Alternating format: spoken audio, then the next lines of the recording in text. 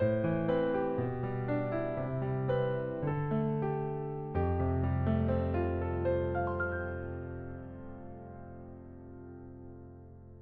오늘도 매일 주심 기도에 나오신 여러분 모두를 환영하고 축복합니다. 오늘 3월 8일 금요일인데요. 하나님께 기도하며 나아가도록 하겠습니다. 참 좋으신 주님, 우리를 예배와 기도의 자리로 불러주시니 감사를 드립니다. 우리가 잠자리에 든 순간에도 졸지도 주무시지도 않고 우리를 지켜주시니 감사를 드립니다. 언제나 한결같이 우리를 사랑해 주시는 그리스도 예수의 마음을 묵상하며 주님께로 나아갑니다. 주님께서는 길고 긴 영적인 여정에 우리를 구경꾼으로 부르지 아니하시고 제자로 부르셨습니다. 나의 욕심과 탐욕을 정당화하기 위해 하나님조차도 이용하기를 주저하지 않는 이 세대 가운데 세상과는 다른 삶을 살라고 우리를 부르셨습니다. 하지만 우리는 실로 연약합니다. 믿음이 흔들리기도 합니다. 세상을 곁눈질 할 때도 많고 십자가의 길에서 벗어날 때도 많습니다. 그때마다 앞서가신 주님을 바라보게 해 주십시오. 우리를 굳게 붙들고 계시는 주를 의지하여 다시 제자의 길로 돌아올 수 있도록 주님 인도하여 주옵소서. 주님, 우리의 가정 가운데 함께하여 주옵소서. 하나님의 인도하심 가운데 부부의 연을 맺어 살고 있사오니 서로를 사랑하고 배려할 수 있는 마음을 허락하여 주옵소서. 자녀들을 말씀으로 양육하게 인도하여 주시고 가정의 울타리 안에서 건강하고 성숙한 인격을 빚어갈 수 있도록 도와 주옵소서. 사별을 하였거나 피치 못할 상황으로 이혼을 하여 아픔을 겪고 있는 가정이 있다면 하나님 그 상처를 치유하여 주옵소서. 고치시고 싸매시는 그리스도의 손길로 온전케 하여 주옵소서. 주님, 오대식 담임 목사님과 함께하여 주옵소서. 교회 이전을 앞두고 있는 중요한 시간들을 우리는 지나가고 있습니다. 목사님에게 지혜를 허락하여 주시고 성령 충만을 허락하여 주셔서 중요한 순간들에 꼭 필요한 결정을 내리실 수 있도록 도와 주옵소서. 교회를 섬기고 성도들을 돌아보는데 지치지 아니하실 수 있도록 날마다 독수리 날개쳐 올라감 같은 새 힘을 허락하여 주옵소서. 주님, 사순절 기간입니다. 주님을 잊고 살았던 우리가 다시 주님을 생각하게 해주시고 주님을 멀리 떠났던 우리가 다시 주님께로 돌아오는 시간이 될 수 있도록 인도하여 주옵소서. 이제 주님의 말씀 앞으로 나아가오니 주의 말씀으로 텅 빈 우리의 영혼을 가득 채워 주옵소서. 예수 그리스도 이름으로 기도하옵나이다. 아멘. 네, 감사합니다. 오늘 하나님께서 우리에게 주시는 말씀은 마가복음 10장 1절에서 12절의 말씀입니다. 마가복음 10장 1절에서 12절, 제가 한 절 읽고 여러분이 한 절 읽고 마지막 12절 합독하겠습니다. 예수께서 거기서 떠나 유대 지경과 요단강 건너편으로 가시니 무리가 다시 모여들거늘 예수께서 다시 전례대로 가르치시더니 바리새인들이 예수께 나와 그를 시험하여 묻되 사람이 아내를 버리는 것이 옳으니까 대답하여 이르시되 모세가 어떻게 너희에게 명하였느냐. 이르되 모세는 이혼 증서를 써주어 버리기를 허락하였나이다. 예수께서 그들에게 이르시되 너희 마음이 완악함으로 말미암아 이 명령을 기록하였거니와 창조 때로부터 사람을 남자와 여자로 지으셨으니 이러므로 사람이 그 부모를 떠나서 그 둘이 한 몸이 될지라. 이러한즉 이제 둘이 아니요 한 몸이니 그러므로 하나님이 짝지어 주신 것을 사람이 나누지 못할지니라 하시더라. 집에서 제자들이 다시 이 일을 물으니 이르시되 누구든지 그 아내를 버리고 다른 데에 장가드는 자는 본처에게 간음을 행하며 또 아내가 남편을 버리고 다른 데로 시집가면 간음을 행함이니라. 아멘. 네, 이제 마가복음 10장으로 넘어왔습니다. 여러분 어제 어떤 말씀을 함께 묵상했는지 기억을 하시는지요? 어제는 이제 그 우리라고 하는 그 울타리, 이 제자들이라고 하는 그 어떤 특권 의식, 이제 그런 것들을 이제 내어 버려야 된다. 이제 그런 이야기를 했죠. 그래서 우리라고 하는 그 울타리가 이제 너무 높으면 그러면은 이제 외부에 있는 사람들이 그 우리 안으로 울타리 안으로 들어오기가 이제 너무 힘들어지잖아요. 그러니까 그 우리라고 하는 그 울타리를 너무 높이면 안 된다. 이제 그런 말씀을 살펴보았습니다. 그러기 위해서는 우리 안에 있는 시기심, 질투심, 특권의식 이제 이런 것들을 내려놓을 수 있어야 하는데 그것들을 우리가 막 의지적으로 이제 내려놓으려고 하는 것보다는 예수 그리스도의 십자가 빛에 비추어서 특권의식을 버리셨던 그 예수님, 시기심이 없으셨던 그 예수님을 생각하며 우리의 마음에 변화가 일어날 수 있도록 하나님을 의지하는 게 중요하다는 이야기를 했습니다. 그렇게 이제 작은 이들을 이제 우리 안으로, 우리 공동체 안으로 품으려고 하는 노력을 해야 한다. 이제 그런 말씀을 드렸죠. 자, 이제 오늘 이제 10장 말씀으로 이제 넘어갑니다. 10장 말씀으로 이제 넘어가는데 오늘 이제 말씀으로 넘어가면은 이제 바리새인들이 나와요.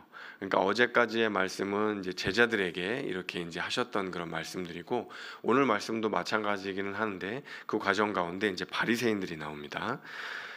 이 바리새인들이 이제 예수님께 질문을 해요. 어떤 질문을 하는가 하면 이제 이혼에 대한 질문을 합니다. 이혼에 대한 질문. 오늘 이제 2절 말씀을 한번 다시 읽어보도록 하겠습니다. 2절. 바리새인들이 예수께 나와 그를 시험하여 묻되 사람이 아내를 버리는 것이 옳으니까 사람이 아내를 버리는 것이 옳으니까 이렇게 이제 질문을 하고 있어요. 근데 여러분 이 바리새인들의 질문은 의도가 있는 질문입니다. 작정하고 한 질문이에요. 본문에도 시험하여 묻되 이렇게 되어 있죠. 그러니까 예수님을 시험에 넘어뜨리게 하려고 묻는 질문이라고 해요. 이게 왜 이제 그런가 하면은 좀 이 맥락을 이해할 필요가 있습니다. 그 마가복음 6장에 보면은 세례 요한이 나오죠. 세례 요한. 근데 이제 그 배경이 뭐냐면은 갈릴리 땅을 이제 통치하고 있던 유대의 왕이 누구냐면 헤롯 안티파스입니다. 헤롯 안티파스. 그런데 그 이제 마가복음 6장의 내용이 뭐냐면은 이 헤롯 안티파스가 자기 동생 빌립의 아내랑 결혼을 해요. 그 누구냐면 헤로디아입니다. 헤로디아. 그러니까 여러분 이게 정상적인 상황은 아닌 거죠. 그러니까 유대 율법 가운데 동생이 죽어요. 동생이. 그러면 이제 제수 씨가 그냥 이제 살아 있잖아요. 그러면 형사 취수제라고 해가지고 그런 경우에는 결혼을 할 수 있도록 허용을 해줘요. 왜냐하면 그런 경우에는 이제 그 제수 씨가 이제 과부로 혼자 경제적으로 살아가기가 힘드니까 그 부담을 형이 이렇게 이제 동생이 이렇게 안고 살아갈 수 있도록 이렇게 가족 간의 그런 이제 결혼을 허용을 이제 해놓은 것이죠. 그런데 이제 이 경우에는 동생이 이제 물론 이복 동생이긴 합니다. 이제 친동생은 아니고 이복 동생이긴 한데 이복 동생이 살아 있는데 그런 경우에 이제 제수 씨를 취할 수는 없는 거죠. 그건 유대 율법으로 강하게 이제 금지하고 있는 것인데 그것을 헤롯 안티파스가 이제 했단 말이에요. 근데 그거에 대해서 세례 요한이 가만히 있지를 못하고 그건 죄입니다. 그건 잘못된 겁니다. 어떻게 그런 결혼을 할 수가 있습니까? 그러면서 세례 요한이 헤롯 안티파스의 죄를 고발을 해요. 그런데 죄를 고발을 당하니까 기분이 당연히 좋지는 않겠죠. 그래서 뭐 거기서 이제 뭐 헤로디아의 딸이 뭐 춤추고 막 이제 그러면서 결국 어떻게 되냐면 세례 요한의 목이 잘리게 되죠. 참수를 당하게 됩니다. 그러니까 세례 요한이 그 죄를 고발했다고 이제 이제 처벌을 받게 되었던 거죠. 그러니까 이 상황을 이제 염두에 두고 읽으면 어떻게 되는 거냐면 예수께서 이제 이혼을 하면 안 된다. 그렇게 이제 이야기를 하면은 어떻게 되는 거예요? 헤롯 안티파스가 잘못한 것이다. 그러니까 세례 요한처럼 똑같은 이야기를 하는 형국이 되는 거죠, 예수님이. 그러면 세례 요한이 참수당해 죽었잖아요. 그러니까 예수님도 똑같이 죽임을 당할 수 있는 그런 상황이 생길 수밖에 없는 거죠. 그러니까 바리새인들은 이제 그걸 노린 거예요. 그래서 예수님으로 하여금 그런 답변을 하도록 유도 질문을 이제 한 거죠. 근데 이제 반대로 예수님이 아내를 버려도 된다, 이혼해도 돼, 이렇게 이제 이야기하실 수도 있잖아요. 왜냐하면 그렇게 이야기하실 수도 있는 게 이제 당시 모세 율법인 신명기 말씀에 보면은 그렇게 이제 해석할 수 있는 구절이 있어요. 신명기 24장 말씀에 보면은 이혼을 정당화하는 것처럼 보여지는 구절이 있어요. 제가 이제 1, 2절 읽어보겠습니다. 사람이 아내를 맞이하여 데려온 후에 그에게 수치되는 일이 있음을 발견하고, 그러니까 아내에게 수치스러운 일, 부끄러운 일이 발견된다면 그를 기뻐하지 아니하면 이혼 증서를 써서 그의 손에 주고 그를 자기 집에서 내보낼 것이요. 그러니까 아내를 내보낼 수 있다, 이혼시킬 수 있다, 그렇게 얘기하죠. 그리고 2절에 여자는 그의 집에서 나가서 다른 사람의 아내가 될 수 있다, 이렇게 이제 이야기를 하는 거죠. 그러니까 여기 이제 말씀을 보면은 아내가 수치스러운 일, 부끄러운 일을 하면은 이혼 증서를 써서 내보낼 수 있다, 이제 이렇게 이야기를 하잖아요. 그렇죠? 그러니까 이혼을 해도 된다는 것처럼 보여지는 구절이 있는 거죠. 그러면 이제 여기서 중요한 게, 여러분, 수치스러운 일이 뭐냐 이거예요. 이제 아내의 수치스러운 일이 뭐냐? 여러분, 뭘까요? 수치스러운 일? 일반적으로 외도를 한 것으로 이제 해석을 합니다. 그러니까 아내가 바람을 핀 경우, 외도를 한 경우, 그런 경우에는 아내를 내보내도 괜찮다, 이혼을 해도 괜찮다, 이제 이렇게 해석을 이제 해왔던 것이죠. 근데 여기까지는 이제 그럴 수 있잖아요. 외도를 한 경우 그럴 수 있어요. 그런데 이제 이 신명기 24절 말씀과 예수님 사이에는 엄청난 시간적인 간격이 있죠. 그래서 이 시간적인 간격 사이에 랍비들이 계속 이 구절을 수치스러운 일이라, 이 뭘 의미하는 거냐 막 이제 해석을 해요. 그러니까 외도를 한 것뿐만이 아니라 어떤 경우에도 해당이 되느냐 하면은 아내가 요리를 하다가 빵을 태웠어요. 그러면 아내를 버려도 된다, 이렇게 해석을 하는 거예요. 실제로 랍비들이 이제 미시나나 이런 문서들을 보면 그렇게 해석을 했다는 구절들이 나와요. 아내가 요리를 하다가 그릇을 깨먹었어요. 그러면 이혼을 해도 된다. 여러분, 그러면은요, 지금 이 자리에 계시는 우리 여성 집사님들, 권사님들, 또 인터넷으로 듣고 계시는 성도님들 중에 여성 결혼하신 분들 다 이혼 사유에 해당하지 않아요? 이 황당한 거죠. 그러니까 이런 황당한 이야기들을 막 한 거예요. 여성의 어떤 인권이나 권리나 이런 것들은 뭐 거의 보장이 안 된 거죠. 근데 여러분, 이게요, 남 이야기가 아닌 게요, 우리 유교, 우리가 이제 유교 문화권이잖아요. 유교의 칠거지약이라고 들어보셨어요? 칠거지약. 이 칠거지약이 뭐예요? 이제 결국 이제 아내를 내버릴 수 있는 그 7가지 이제 허락해주는 그 규정이 있어요. 그게 뭐냐면, 시부모에게 순종하지 않을 경우, 시부모님 말씀을 어길 경우 이 아내를 버려도 된다. 또 자식이 없을 경우 아내를 버려도 된다. 나쁜 병에 걸렸을 경우 아내를 버려도 된다. 뭐 이런 내용들이에요. 칠거지약이라고 하는 게, 유대교에 있는 게. 그러니까 남 이야기가 아닌 거죠. 가장 보호와 보살핌이 이제 필요한 그 시기에, 그러니까 아내에게 나쁜 병에 걸렸으면은 얼마나 힘든 상황이에요. 근데 보살펴야 되는 그 경우에 이제 버려도 된다, 이렇게 이제 한 거죠. 그러니까 이게 뭐 유대교에만 해당되는 이야기는 아닌 것 같습니다. 굉장히 황당하죠. 그러니까 고대 사회라고 하는 사회에서의 여성의 인권이라는 건 그렇게 보장되지 않았다는 걸 이제 보여주는 단면이죠. 그러면 이제 왜 하나님께서는 그 수치스러운 일이라고 하더라도 이제 이혼을 정당화하는, 이혼을 허용하는 듯한 그런 그 말씀이 이제 있는가 하면은, 예수님이 5절 말씀에서는 그 허용을 했던 그 이유가 너희의 마음이 완악하기 때문이다.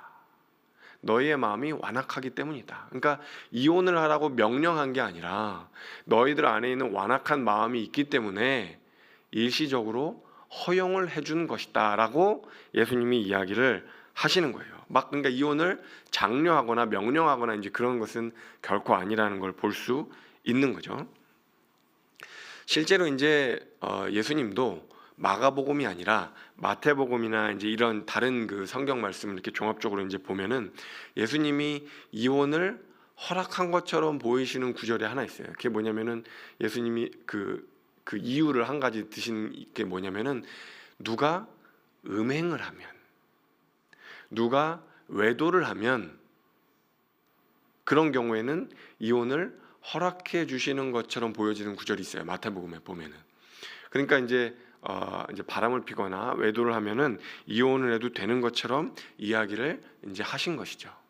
그러니까 부부 어떤 그 관계에 치명적인 해가 될 수 있는 그런 행동을 하는 경우에는 이제 그런 거죠. 그러니까 이제 외도를 한 것과 같은 그런 정도의 수준의 이제 부부 관계에 금이 가는 행동을 하면은 이혼을 해도 된다, 이렇게 이제 해석할 수도 있겠죠. 그래서 이제 오늘날에도 기독교 윤리 이제 학자들 중에 상당수가 남편이, 꼭 남편만은 아니겠지만 일반적으로 남편이 아내에게 아주 그 치명적인 그런 폭력을 행사할 경우, 계속 반복적으로 폭력을 행사할 경우 이혼해도 괜찮다. 혹은 배우자가 상대방을 죽이려고 할 경우, 그런 경우들 막 뉴스에 나오잖아요.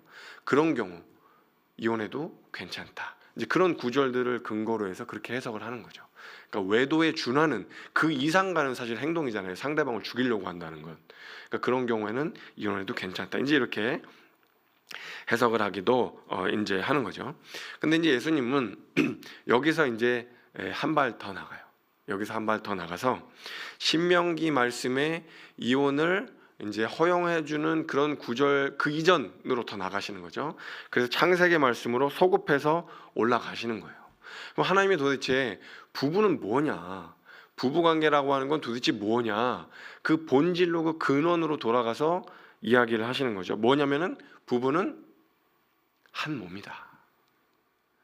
부모의 관계를 떠나서 부부의 관계를 맺었다는 건 한 몸이 된다는 거다. 하나님이 하나로 짝지어 주신 것을 어떻게 둘로 나눌 수 있겠느냐? 하나님이 짝지어 주신 것을 나눌 수 없다. 이제 그렇게 이야기를 하시는 것이죠. 그러니까 우리 이제 주님은 시대마다 어떤 율법 규정이나 또 적용할 수 있는 그런 어떤 상황들은 바뀔 수 있어요. 바뀔 수 있어요. 하지만 하나님이 우리에게 가정을 허락해 주시고 부부의 연을 맺게 해 주신 데에는 그것은 하나님이 한 몸으로 만드신 것이다 라는 그 본질을 계속해서 묵상하고 계속해서 생각해 보라고 하나님이 말씀하고 계시는 거죠. 그러니까 하나님이 창조의 근원으로 돌아가서 이 가정의 질서에 대해서, 부부에 대해서 이야기하신 것은 지금 십자가를 이제 짊어지러 가고 계시는 거잖아요. 십자가를 짊어지러 가고 가는 그 과정 가운데 이 창세기 말씀을 이야기하셨다고 하는 것은 우리의 부부 관계가, 우리의 가정이 새로워지기를, 새롭게 창조되기를 하나님께서 바라고 계시는 것이죠. 주님께서 우리에게 말씀하고자 하시는 것은 너희들의 욕망을 채우기 위해서, 너희들의 욕망을 채우기 위해서 아내도 버리고 이혼하고 막 그렇게 욕망을 채우는 방식으로 질주를 하고 있지만, 우리 주님은 우리의 욕망을 내려놓고 우리의 가정과 우리의 부부관계를 새롭게 하기를 바라시면서 이 창세기 말씀을 인용하고 계시는 것이죠. 그러니까 오늘 말씀을 통해서 이혼에 대한 어떤 보편적인 원칙을 발견하려고 하면은 조금 힘들어요. 다만 오늘 말씀을 통해서 가정을 세우신 이유, 하나님께서 우리를 부부의 연을 맺게 하신 그 이유, 그 본질에 대해서 발견하려고 한다면 옳습니다. 이혼에 대해서는 여러분 복음서에 나와 있는 수많은 구절들을 검토해야 되고, 구약의 구절들, 또 나중에 이제 그 바울 서신으로 가면은 또 조금 다른 이야기를 또 바울이 하기도 하거든요.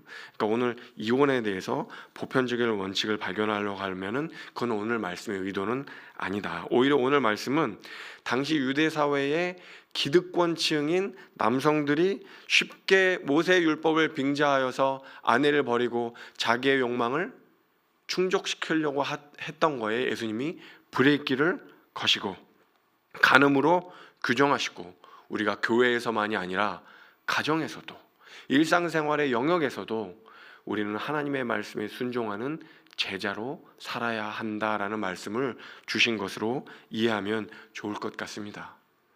때문에 혹시 이 말씀을 듣고 계신 분 중에 이혼을 하신 가정이 있을 수도 있잖아요. 그러니까 그런 가정이 있으실지라도 어떤 이유로 헤어지셨는지는 모르지만 과거에도 그리고 지금도 그 성도님도 그리스도인이라고 하는 사실을 잊지 마시고 가정 가운데 내가 제자로 살아가야 하겠다라는 결단을 날마다 하실 수 있다면 좋겠습니다. 주님은 우리의 완악한 마음이 아니라 우리가 서로를 보듬고 섬기고 희생하고 또 돌아볼 수 있는 그런 그리스도의 제자로 살아가기를 바란다는 사실을 기억하며 오늘 내가 섬기고 돌보고 내가 완악한 마음을 내려놓고 품어야 될 대상이 누구인가 생각해 보실 수 있는 그런 하루가 되실 수 있기를 간절히 소망합니다. 기도하겠습니다. 주님, 우리로 언제 어디서나 그리스도인으로 살아갈 수 있도록 인도하여 주옵소서. 연약한 이들, 작은 이들을 판단하고 비방하기보다는 아픔과 상처를 돌아보고 함께 싸매고 치유할 수 있는 그리스도의 백성이 될 수 있도록 인도하여 주십시오. 교회에서만이 아니라 가정에서도 일상생활에서도 그리스도의 말씀은 우리의 길이요 진리요 생명이라고 하는 사실을 기억하며 오늘 하루 말씀대로 살아갈 수 있도록 주님 붙들어 주옵소서. 감사드리며 이 모든 것 예수님의 이름으로 기도하옵나이다. 아멘. 오늘 주신 말씀을 생각하며 각자의 기도의 자리로 나아가겠습니다.